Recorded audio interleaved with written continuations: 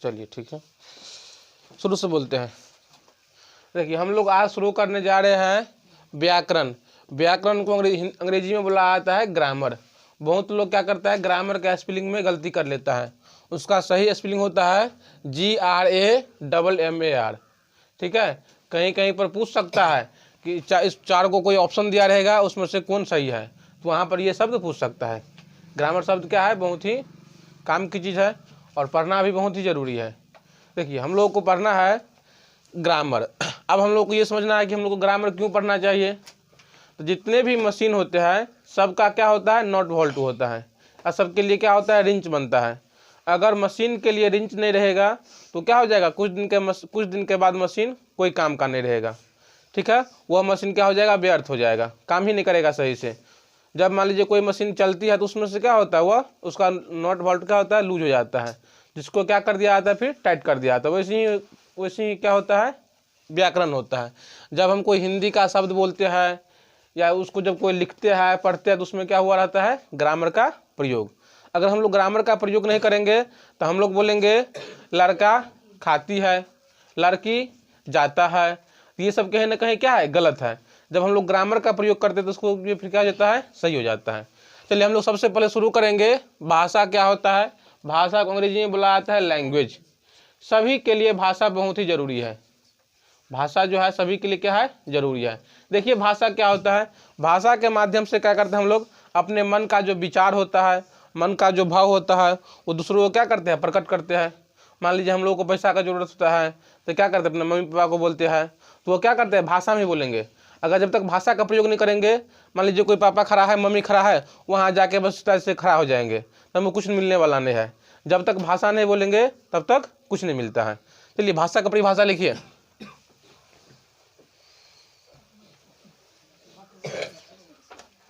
लिखिए, मनुष्य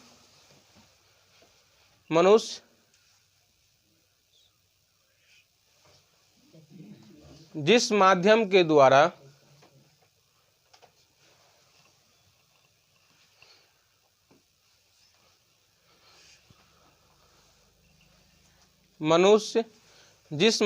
द्वारा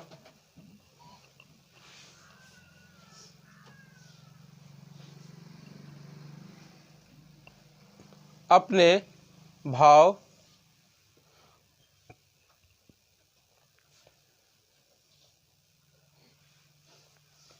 विचार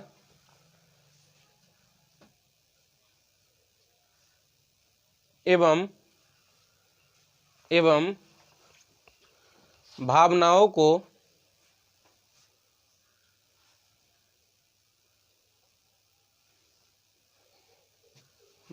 को प्रकट करते हैं।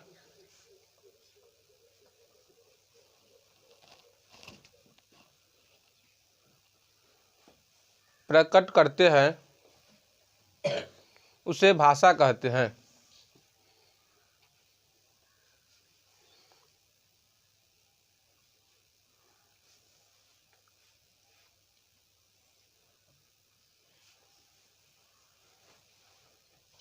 चलिए स्टार्ट दीजिए।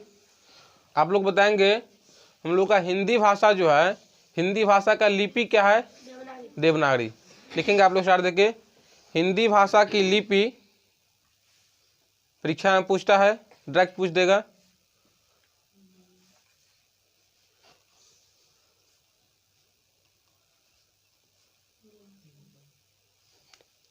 हिंदी भाषा की लिपि देवनागरी है।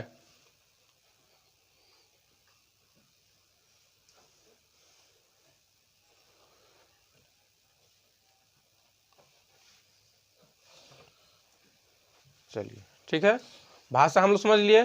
भाषा क्या था, जिसके माध्यम से, जिसके द्वारा हम अपने विचार को, हम अपने भावना को, या मेरे मन में जो भी तरह के बात है उसको क्या करते हैं, दूसरों के सामने में प्रकट करते हैं। तो ये क्या कहलाता है, भाषा। ठीक है, मान लीजिए अगर हमको सर से कोई सवाल पूछना है तो सर के पास क्या करते हैं, जाके बोलते हैं कि सर ये नंबर हमको सवाल बताइए, या उसको इंग्लिश में बोलते हैं। ठीक है, तो ये क्या हो गया, हम लोगों के लिए भाषा हो गया। ठीक है, अब देखिए भाषा मुख्य रूप से दो प्रकार के होते हैं। या भाषा जो है मुख्य रूप से दो भागों में बांटा गया है। एक होता है लिखित भाषा और एक होता है मौखिक भाषा। लिखिए, भाषा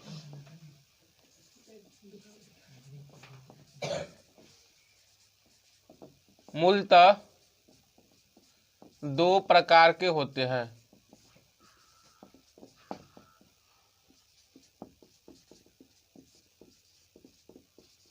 दो प्रकार के होते हैं।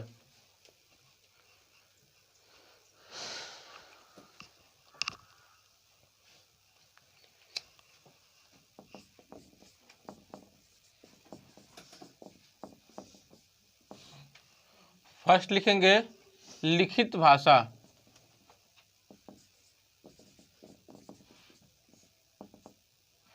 इंग्लिश में बोला जाता है रिटेन लैंग्वेज।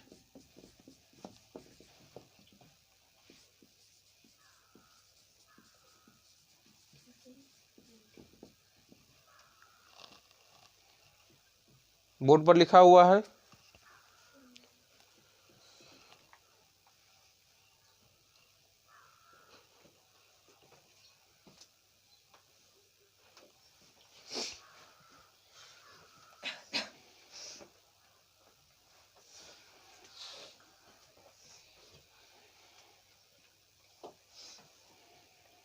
लिखिए, भाषा का वह रूप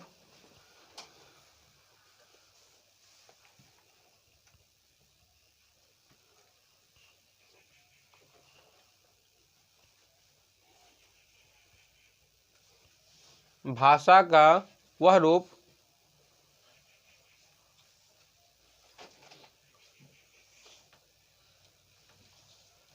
जिसके द्वारा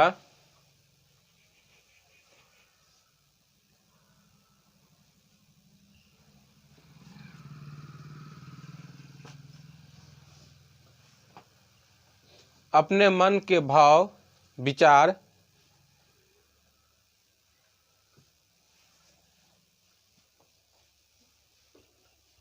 अपने मन के भाव, विचार एवं भावनाओं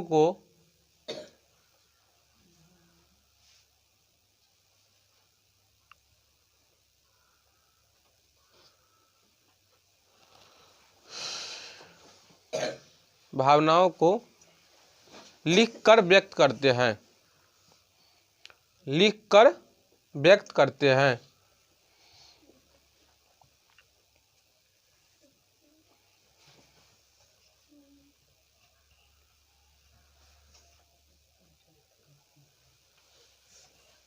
कॉमा लिखित भाषा कहलाता है।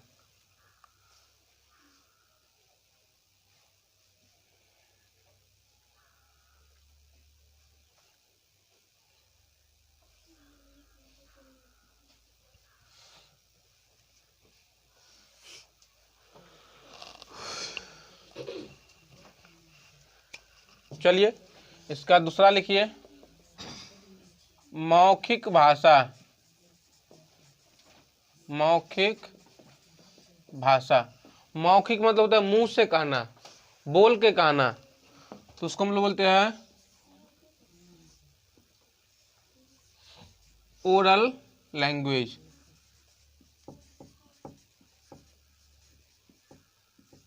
ठीक है, देखिए स्पीकिंग भी कह सकते हैं। स्पीकिंग मतलब क्या होता है, या जो बोला जाता है स्पोकन लैंग्वेज, इसको कह सकते हैं बोलना।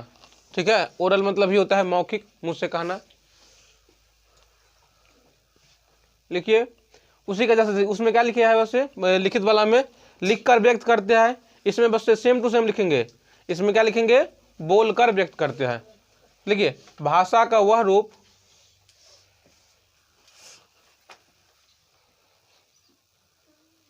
जिसके द्वारा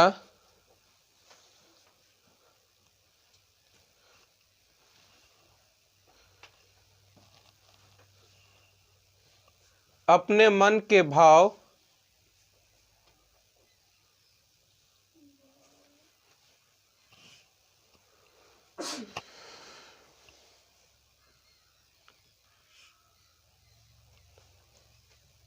कौमा विचार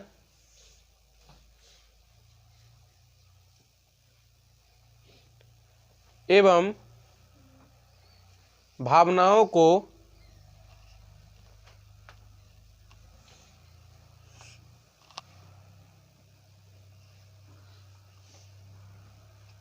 बोलकर व्यक्त करते हैं।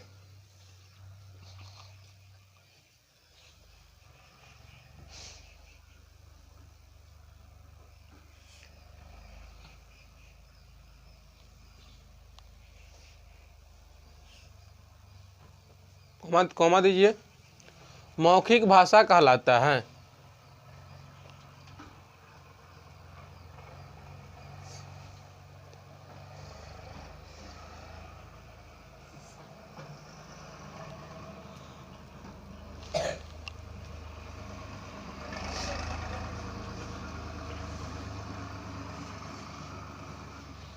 ठीक है, पढ़ लिए।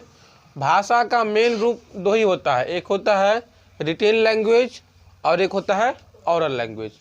लेकिन अगर हम लोग चाहेंगे तो भाषा को एक और रूप में बांट सकते हैं, जिसका नाम है सांकेतिक भाषा। बस इसको समझना है, लिखना नहीं है। इसका प्रयोग बहुत ही कम होता है। सांकेतिक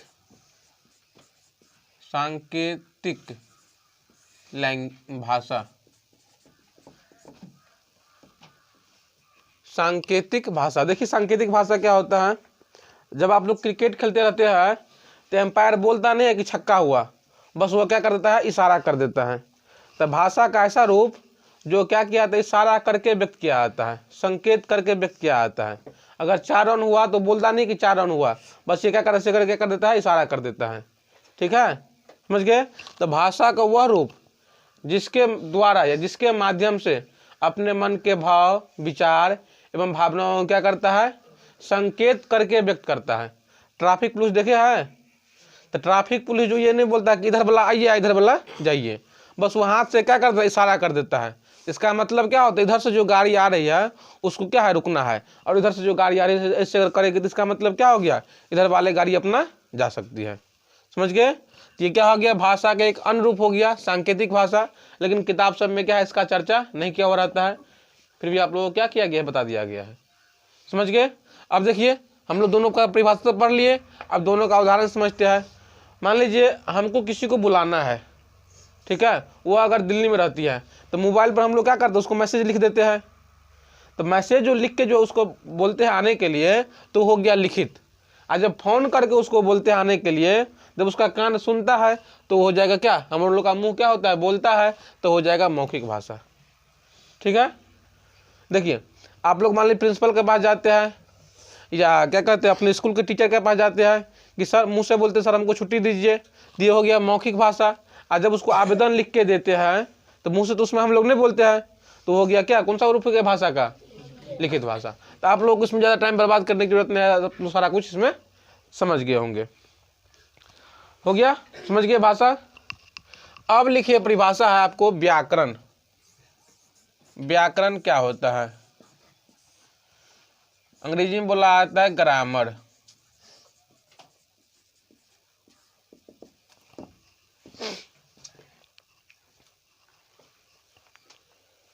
लिखिए,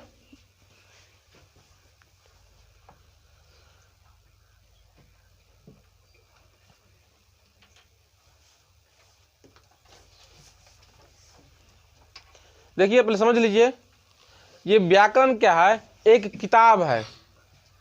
क्या है, व्याकरण एक किताब है। जैसे ये हो गया ना, ये आपका क्या हो गया, व्याकरण हो गया। इसमें हम लोग को जब हम लोग व्याकरण पढ़ लेंगे तो हम लोग कैसे सही से उच्चारण करेंगे, हम लोग इसकी समझ हो जाएगा। हम लोग कैसे सही सही बोलेंगे ये समझ आ जाएगा। कैसे लिखेंगे, कैसे पढ़ेंगे, क्या काम करेंगे, पढ़ाई संबंधित या बोलने संबंधित या लिखने संबंधित सारा हम लोग को जानकारी किससे मिलेगा, व्याकरण से। तो लिखिए, व्याकरण एक ऐसा शास्त्र है, व्याकरण एक ऐसा शास्त्र है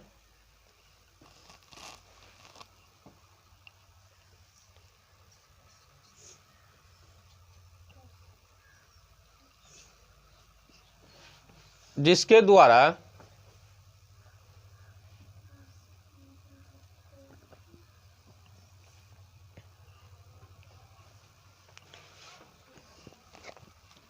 शुद्ध शुद्ध बोलना,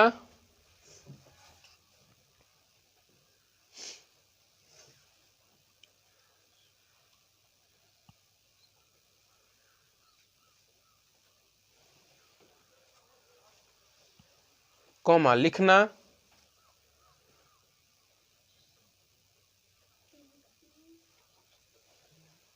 एवं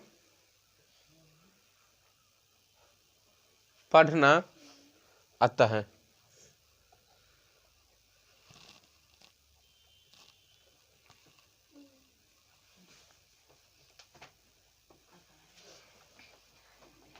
चलिए एक बार बोल देते हैं।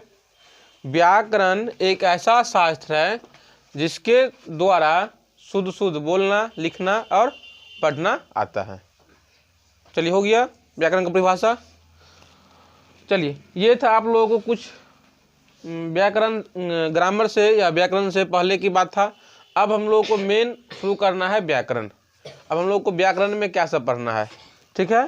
तो व्याकरण में देखिए हम लोग जो पहले क्या है, ये आपको अ है, ये आपको क्या है आ है, ये आपको क्या है क है।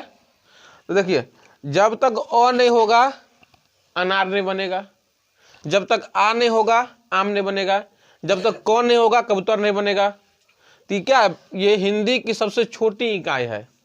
हिंदी की क्या है, सबसे छोटी इकाई। जी क्या अ से भी छोटा कोई होगा? अ को मान लो अलग अलग करेंगे तो कुछ बनेगा ही नहीं, ये आ को अलग अलग करेंगे तो क्या होगा, कुछ बनेगा नहीं। देखिए अभी इस क को हम लोग अलग अलग कर सकते हैं, इसमें क और क्या है अ है ना। लेकिन जब इसको इस तरह से कर देंगे तो क्या फिर इसको तो फिर अलग नहीं कर सकते हैं, इसमें तो अब अ नहीं है ना। है तो जो भाषा की या हिंदी की जो सबसे छोटी इकाई होती है उसे हम लोग क्या कहते हैं, वर्ण कहते हैं। तो हम लोग को शुरू कहाँ से करना है, वर्ण से। चलिए आप लोग वर्ण लिखिए, वर्ण।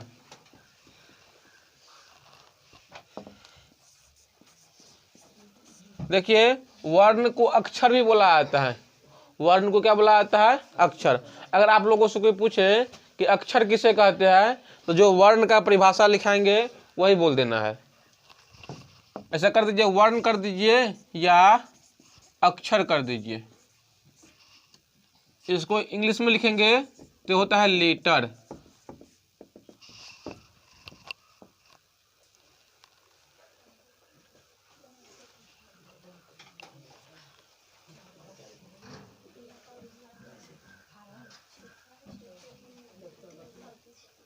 क्लियर, वर्ण या अक्षर जिसको अंग्रेजी में बोला जाता है लेटर। अब लिखिए वह मूल ध्वनि, वह मूल ध्वनि। मूल मतलब क्या होता है, मेन। जैसे कबूतर बना तो उसमें क्या है, क मेन है, व मेन है, तो मेन है, र मेन है। वह मूल ध्वनि जिसका जिसका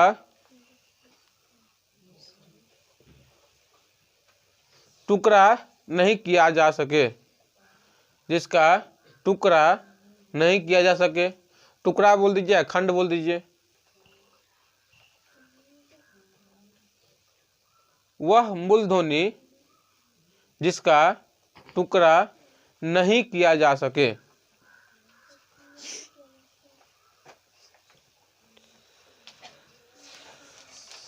जैसे हम लिखिए अ आ हर्षी डॉट डॉट डॉट कर दीजिए, क में हलंत कर दीजिए, तो में भी हलंत कर दीजिए, व में हलंत कर दीजिए, इत्यादि कर दीजिए।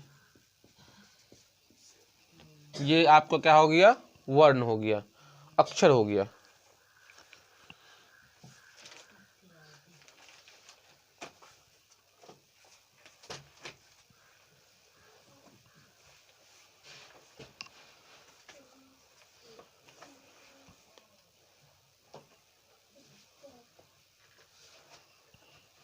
चलिए देखिए अभी ये लिखा है हम वह मूल ध्वनि। तो मूल तो समझ गए जो मेन होता है, और ध्वनि क्या होता है, इसमें ध्वनि क्यों लिखा है। Very good. जो हम लोग कान से सुनते हैं, जैसे अ को मान लो बोलेंगे ना अ, तो आप लोग क्या कि उसको कान से सुन गए तो अ क्या हो गया, ध्वनि हो गया। और जब उसको हम लोग लिख देंगे तो क्या बन जाएगा, ये वर्ण बन जाएगा। समझना है, ध्वनि क्या होता है, जिसको हम लोग कान से क्या करते हैं, सुनते हैं। और जब उसी ध्वनि को जब हम लोग लिख देते हैं तो क्या हो जाता है, वर्ण कहते हैं। स्टार्ट दीजिए।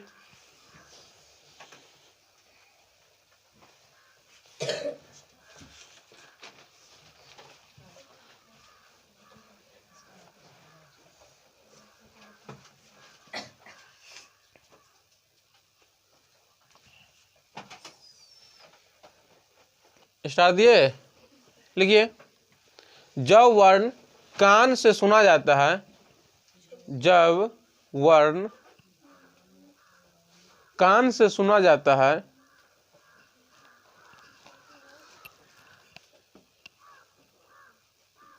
जब वर्ण कान से सुना जाता है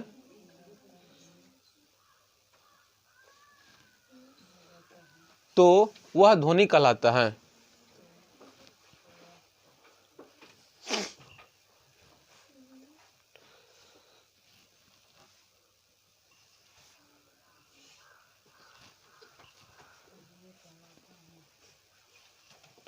फिर अगला स्टेप दीजिए। अब देखिए बोल रहे, मान लो अ बोले, हम अ बोले ना अभी, तो अ जो बोले तो क्या था, अभी ध्वनि था। आज जब अ को यहाँ लिख देंगे तो क्या बन जाएगा, वर्ण बन जाएगा। तो लिखिए, ध्वनि का लिखित रूप, ध्वनि का लिखित रूप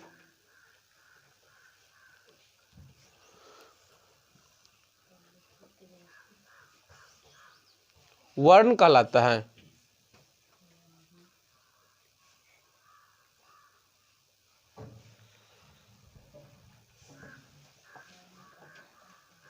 चलिए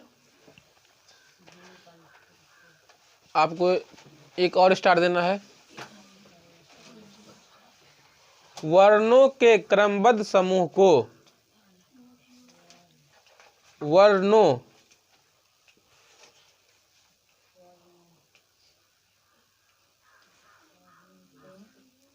क्रमबद्ध समूह को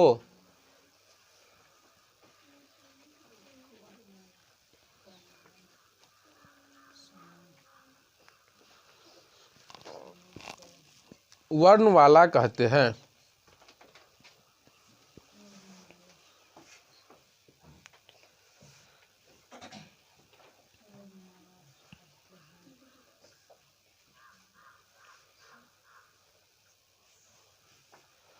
आप लोग बताएंगे हिंदी वर्णमाला में कुल कितने वर्ण है।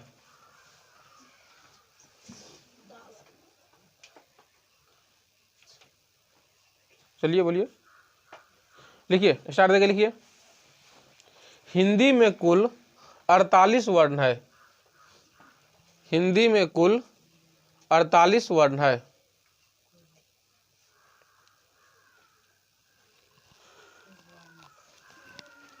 हिंदी में कुल 48 वर्ण है।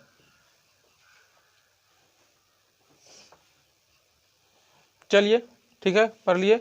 अब देखिए, वर्ण को दो भागों में बांटा गया है। ठीक है,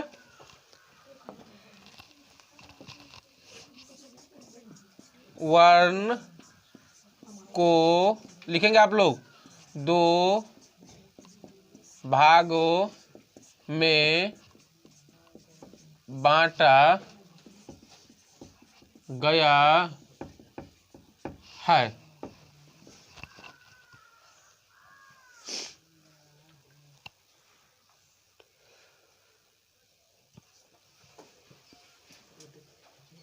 आप लोग नाम बताएंगे। Very good. स्वर वर्ण और व्यंजन वर्ण। तो हम लोग को पहले पढ़ेंगे स्वर वर्ण। स्वर वर्ण हम लोग अंग्रेजी में उसको बोलते हैं वॉवेल। वॉवेल, इसको लेटर्स कर दीजिए। वॉवेल्स लेटर, इसका कोई परिभाषा बताएंगे, बोलिए। चलिए ठीक है, जो वर्ड स्वतंत्र रूप से बोला जाए। स्वतंत्र मतलब क्या होता है, जिसमें किसी की सहायता नहीं लेना पड़े। तो लिखिए, जो वर्ण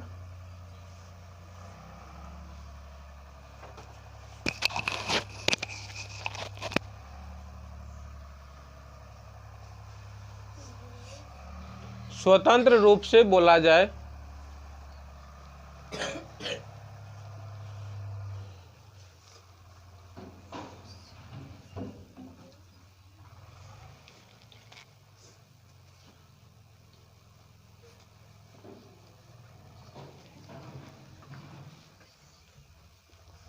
उसे स्वर वर्ण कहते हैं।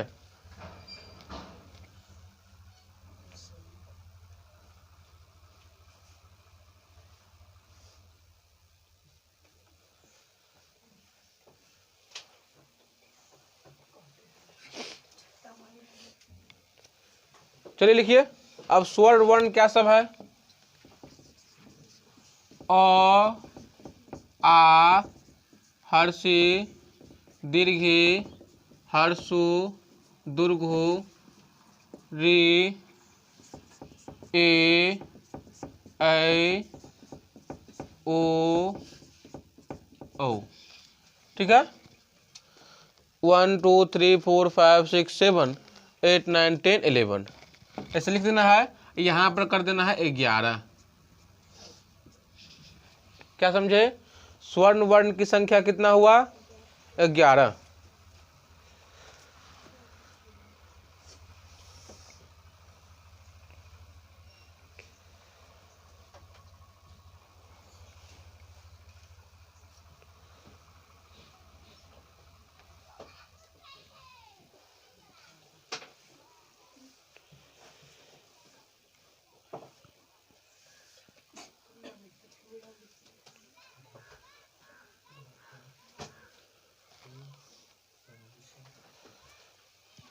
चलिए, इसके बाद दो वर्ण होते हैं। एक ऐसे होता है जिसको अनुस्वार कहते हैं, और एक क्या होता है, इसको हम लोग क्या बोलते हैं? बताइए। इसको हम लोग क्या बोलते हैं? विसर्ग। ये क्या हो गया? अनुस्वार। और ये क्या हो गया? विसर्ग। इसका क्या नाम है? नाम ध्यान रखना है। इसको बोलते हैं अयोग वा। अयोग वा लिखते चलना है। अयोग वा ए में होता है ना ये, बस हम लोग औ तक लिख दिए। हाँ, इसको तो छोड़ दिए। इसका क्या नाम है? अयोग वा।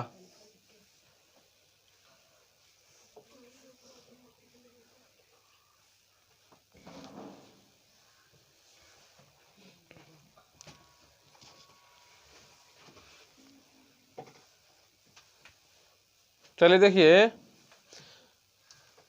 इसको पढ़ना हम लोग के लिए बहुत जरूरी है। कोई भी किताब वाला क्या लिखता है कि स्वर की संख्या कितना है? 13। तो उसमें क्या करते हैं वो, इसको भी शामिल कर लेता है। कोई भी किताब वाला क्या करता है, स्वर की संख्या लिखता है 11। ऐसे दोनों तो विद्वान ने लिखा होगा, कोई गाय बकरी चलाने वाला तो नहीं लिखा होगा। ठीक है, दोनों को जानकारी होगा। तो इस बात को हम लोगों को समझ में नहीं आता है कि दुगों को क्यों छोड़ देता है, या जो लिखने वाला उसको क्यों लिख लेता है। ठीक है, देखिए, स्वर का मतलब क्या हो गया? जो स्वतंत्र रूप से बोलेगा। ठीक है, आज जब व्यंजन का पढ़ाएंगे तब इसके बारे में बताते हैं। अब लिखिए दूसरा, पहले व्यंजन। व्यंजन वर्ण इंग्लिश में बोलते हैं कॉन्सोनेंट। Consonant letter.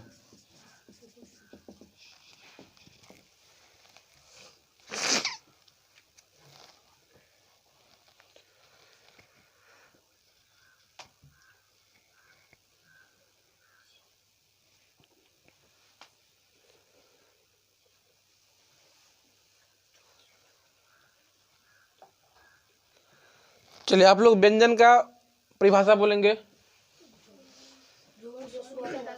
ठीक है, जो वर्ण स्वर की सहायता से बोली जाए, ये भी हो जाएगा। या इसका ये भी परिभाषा होता है, जो दूसरे वर्ण की सहायता से बोला जाए। ध्यान दीजिए, जो दूसरे वर्ण की सहायता से बोला जाएगा, ये भी हो जाएगा व्यंजन का परिभाषा। ठीक है, और जो स्वर की सहायता से बोला जाए उसको क्या बोलेंगे? व्यंजन वर्ण। तो लिखिए व्यंजन वर्ण, लिखिए जो स्वर वर्ण की सहायता से बोला जाए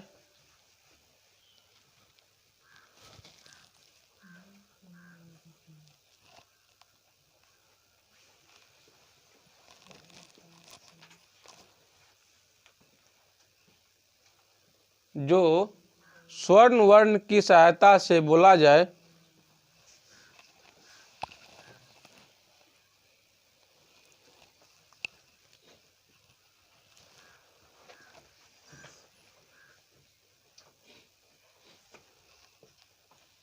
तो ये कॉमा व्यंजन वर्ण कहलाता है।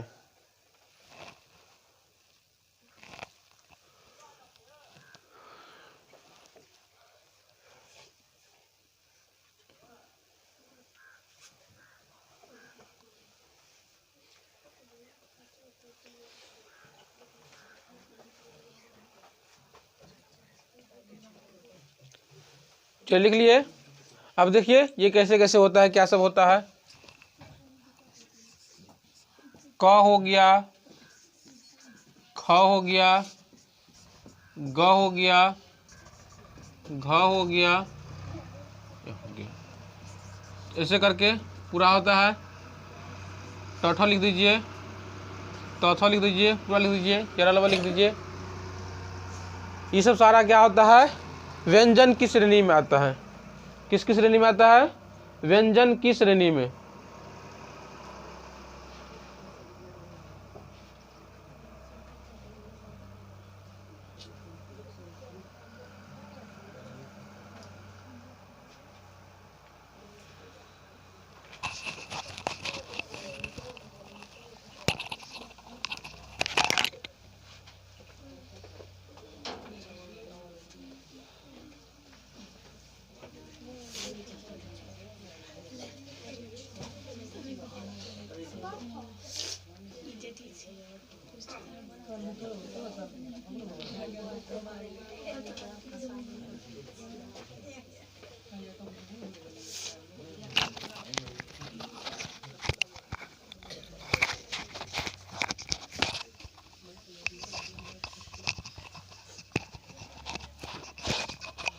अब देखिए व्यंजन वर्ग समझ गए। अब हमको समझना है इस दोनों के बारे में, अयोगवाह के बारे में। इस दोनों को है न तो स्वर में रखा गया है न ही व्यंजन में रखा गया है। ठीक है। अब देखिए क्या होता है, अभी व्यंजन का क्या देखिए, जिसका उच्चारण किसी दूसरे वर्ण की सहायता से होता है। अब देखिए बोले ये जो यहाँ पर अनुस्वार है, देखिए अगर हमको क पर अनुस्वार लिखना है तो कैसे करना, इसका हेल्प लेना पड़ेगा। इसका जब हेल्प लेना पड़ेगा, जैसे हमको कह लिखना है, मतलब विसर्ग देना है यहाँ पर, तो क्या करना पड़ेगा, यहाँ देना पड़ेगा।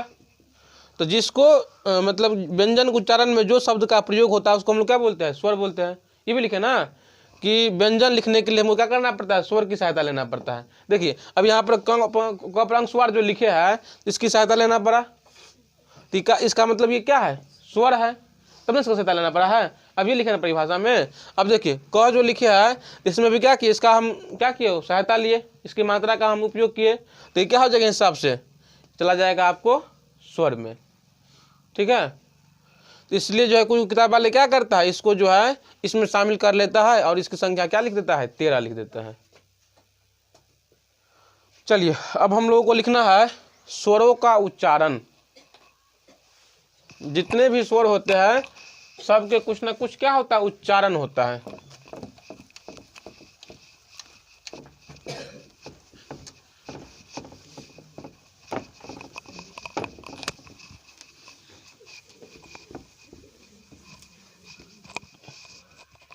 एक चीज पहले लिख लीजिए आप लोग,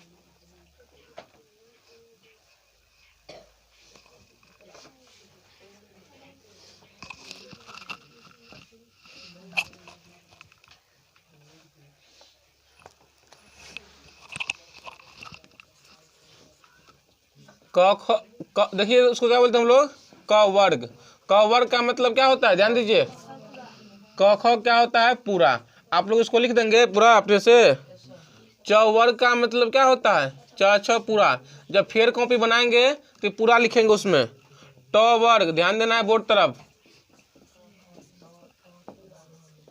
तो वर्ग, और क्या होता है प वर्ग।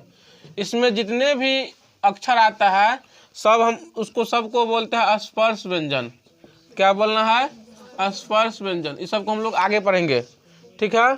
अब देखिए य र ल व, इसको बोलते हैं अंतस्थ व्यंजन। तालम स, मुदंत स, दंत स, ह, इसको बोलते हैं उष्म व्यंजन।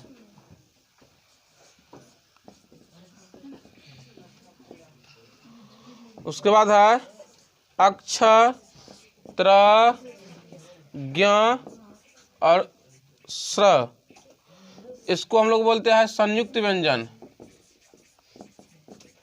संयुक्त व्यंजन, ठीक है। अब देखिए संयुक्त का मतलब क्या होता है? किसी न किसी के संयोग से बना होगा। संयुक्त का मतलब क्या होता है? किसी न किसी संयोग से बना होगा। तो देखिए अक्षर जो आपको बना हुआ है तो क और छ ने मुदन स के योग से बना है। जब क हलंत और मुदन से मिलता है तो क्या होता है? अक्षर बनता है। त्र जो बनता है आपको तो और र के योग से बनता है। ज्ञ जो बनता है ज और वहाँ के योग से बनता है। और स्र जो बनता है तो स और र के योग से बनता है। इस चीज को ध्यान रखना है। जब आप लोग संधि विच्छेद पढ़ेंगे तो इसका हो सकता है उपयोग आ सकता है, या वर्ण विच्छेद पढ़ेंगे तो इसका उपयोग आ सकता है।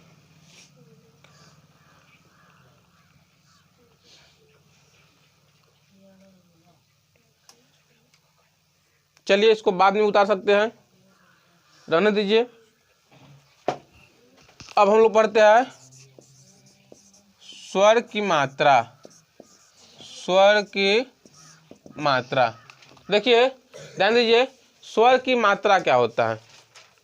जब हम लोग व्यंजन लिखते हैं और उसके साथ किसी मात्रा का जो प्रयोग किया जाता है वह क्या हो कहलाता है? स्वर की मात्रा। जैसे देखिए हमको किताब लिखना है, क हर्षिकार तो आकार अब ब लिखते हैं ना। इसमें क में क्या है? हर्षी लगा है ना, तो हर्षी आपको क्या हो गया? स्वर हो गया। देखिए तो इसको ऐसे लिख सकते हैं, क हो गया, हलंत हो गया, इसमें हर्षी कर दीजिए, यहाँ पर तो हो गया, हलंत हो गया, इसमें आ कर दीजिए, और फिर यहाँ पर ब कर दीजिए, और यहाँ पर फिर क्या कर दीजिए? ओ कर दीजिए। अब ध्यान दीजिए क में क्या लगा? हर्षी, इसका मात्रा इधर से हो गया। तो में क्या लगा है? आ, तब ना तो आकार हो गया। ब में क्या लग गया? ओ, तो क्या हो गया? ब बन गया पूरा का पूरा। तो ये जो मात्रा का प्रयोग हुआ है इसी को हम लोग क्या बोलते हैं? स्वर की मात्रा। तो जितने स्वर होते हैं सबके क्या होता है? किसी न किसी या कुछ न कुछ क्या होता है? मात्रा होता है। तो लिखिए बोले स्वर की मात्रा।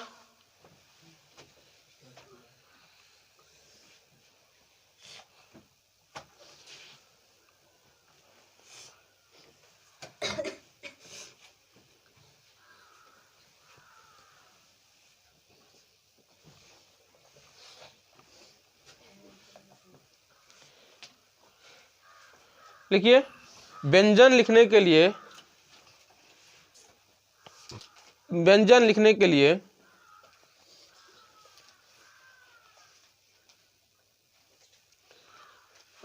जो मात्रा का उपयोग किया जाता है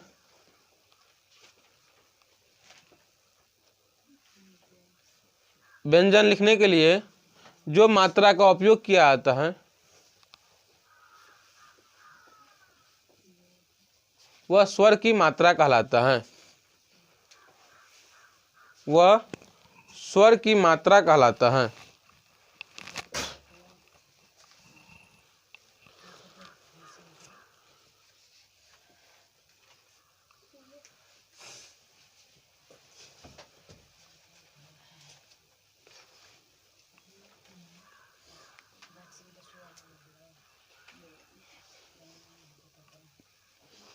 चलिए देखिए, ओ आ हर्षी दीर्घी हर्षु दुर्घु रे ए ऐ ओ औ अंग आ। सबका मात्रा आप लोगों को पता ही होगा। देखिए, इसका कोई मात्रा नहीं होता है। देखिए यहाँ बो है ना, उसमें क्या है, हलंत लगा हुआ है। इसमें जब ओ मिल गया तो उसमें न हर्षिकार आया, न दीर्घिकार आया, न हर्षुकार, कुछ नहीं आया, बस बो का बो लिखा गया। इसका क्या होता है, कोई मात्रा नहीं होता है। इसका मात्रा आप लोग बताएंगे, इसका मात्रा क्या होता है, आकार लगता है। आपको कोई भी शब्द लिखना है, जैसे आप क्या कीजिए, अगर पोए लिख दीजिए, अगर इसमें आपको क्या करना है, आकार की मात्रा जोड़ना है, बस एगो लाइन जोड़ दीजिए तो क्या बन जाएगा, पो बन जाएगा। मतलब पो कहते, पो आकार बन जाएगा। ठीक है, इसकी मात्रा क्या होता है, देखिए ये हर्षिकार है ना, हर्षी का मतलब क्या होता है, जल्दी। तो क्या होता है, आगे ये से लग जाता है। हर्षी का मतलब क्या होता है, नहीं कहते, हर्षी का मतलब क्या होता है, हाइल दबर। मतलब हाइल दबर से काम क्या कर लो, तो हाइल दबर मतलब क्या, उसको जल्दी से काम कर लेना है। तो अगर प में लगाना है तो क्या है, ये जल्दी लग जाएगा। ठीक है, और ये क्या है, दीर्घी। दीर्घी मतलब क्या होता है, देर से। तो देखो, अगर हम मान लो कोई खेला करा रहे हैं, कोई क्विज करा रहे हैं, आप बोलेंगे काम देर से होना चाहिए, तो आदमी क्या करेगा, धीरे धीरे धीरे धीरे आएगा। और जो आदमी लास्ट में आएगा वही ना देर से मतलब विजेता बनेगा। देखिए साइकिल रेस जो होता है, एक होता है साइकिल रेस में भी क्या होता है, कंपटीशन होता है, और स्लो में भी कंपटीशन होता है। जो तेजी से कोई पहुंच जाएगा तो भी जीत गया। एक कंपटीशन तो जो जितना देर से पहुंचेगा कोई जगह पर, बगैर पैर रोपे हुए, कहीं रुके हुए, तो वो भी क्या होता है, एक रेस होता है। ठीक है, तो दीर्घी मतलब क्या होता है, देर से, जिसकी मात्रा क्या होता है, सबसे पीछे से लगता है। हर्षु, इसकी मात्रा लगता है आपको इधर से। ये हो गया दुर्घु, इसकी मात्रा क्या होती है, इधर से। सब पता होगा कि नहीं पता है, जिसको पता नहीं रहेगा उसको हिंदी लिखने नहीं आएगा। ठीक है, और री का मात्रा ऐसे नीचे में लिखता है, ऐसे लगता है। ठीक है, देखिए आदमी इसमें कंफ्यूज करता है, हम भी कंफ्यूज करते थे। इसमें एगो मात्रा है, ऊपर में एगो देते थे, इसमें एको मात्रा, इसमें मात्रा ही नहीं देते थे।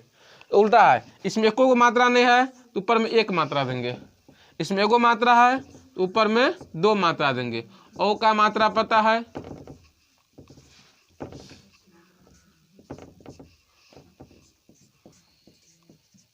इसका जो है ये अंशवार कर दीजिए, आ इसका क्या है, विसर्ग कर दीजिए। पूरा लिखना है। कोई भी शब्द में हम लोग स्वर नहीं लिखते हैं, स्वर की मात्रा का उपयोग करते हैं।